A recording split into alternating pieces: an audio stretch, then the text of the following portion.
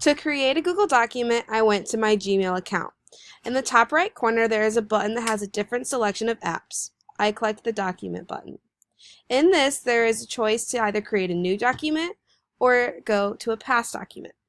For this video, I am going to the past document that is labeled EDCI theme.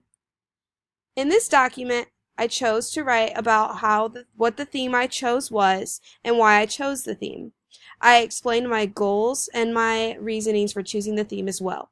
I shared it with a friend by pressing the share button and allowing not only for her to see it but other people to see it as well.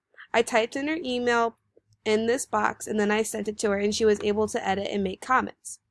After commenting about how I should focus on what the programs exactly focus on, I edited what I had said previously and discussed how I wanted to focus on programs that aimed for both academic help and social help, because I feel both of these categories will help benefit the students in the future as well.